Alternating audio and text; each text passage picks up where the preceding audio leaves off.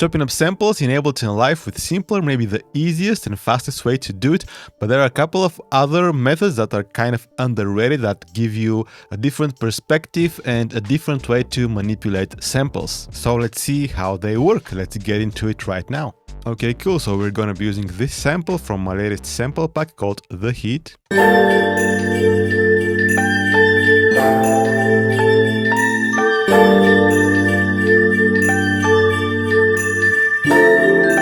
And you can check out the Heat sample pack from the link down in the description of the video. We're gonna chop up this sample using the slice to MIDI feature. We're gonna double click on the sample and then we are gonna set the warp markers. So we have these pseudo warp markers or transient markers that indicate where are the transients in the sample. So we're gonna just double click them at these points to create warp markers. And so we're gonna right click on the waveform and choose the option to slice to new MIDI track. And we're going to use the warp marker, create one slice per warp marker. So this will essentially send each part of the sample to its own cell in a drum rack that it's going to create for us. And here we have these slicing presets that can have predetermined settings for the drum rack, which can help us do some really creative stuff with the sample. I can show you how to create your own slicing presets in another video, but in this one we're gonna chop up the sample really quickly using the built-in option. Preserve warped timing, yes or no, it's up to you. This will enable the warping in the resulting Simpler device that will enable you to keep the sample in tempo regardless of the BPM of your project. Hit OK, and there we have it.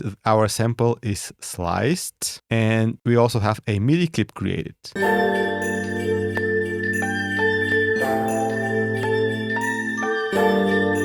That placed our slices in the same order as they are in the sample. We can delete this MIDI clip and try to play the sample on top of our drums.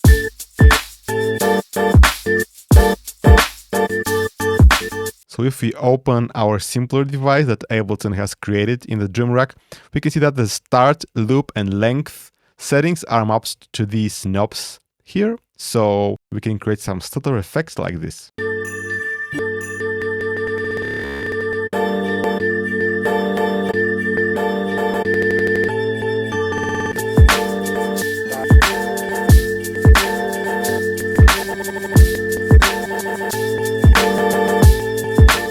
Hey, so if you find this video useful and enjoyable, I would very much appreciate it if you give it a like.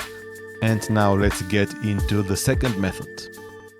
Another underrated way is to just slice up the waveform in the arrangement view. So you can just highlight some parts of the sample and copy them under your drums by holding Alt, or I think it's Control on Windows. So let's copy this here, here, and here. And the nice thing here is that we can reverse and pitch some parts really easily just by editing the audio. So let's go with this thing here. We can reverse it. Maybe add this one here. Again, we can reverse it.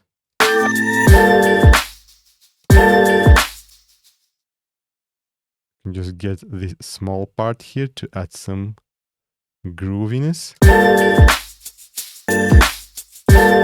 Maybe the last part here we can, what can we do with this one? Let's try maybe pitching it up. I've used the complex warping mode, by the way. It's really better for pitching samples up and down when we're talking about melodic samples than the beats mode. You're gonna do an octave higher. Okay, maybe I can try copying this part and just fill up the empty spaces with it.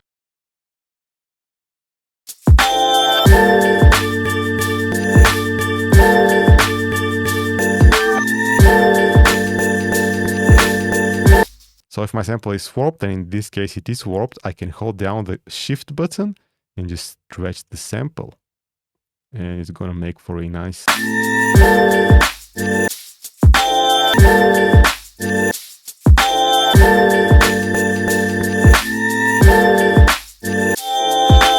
And so that was all for this video, guys. Thank you so much for watching. See you in the next one.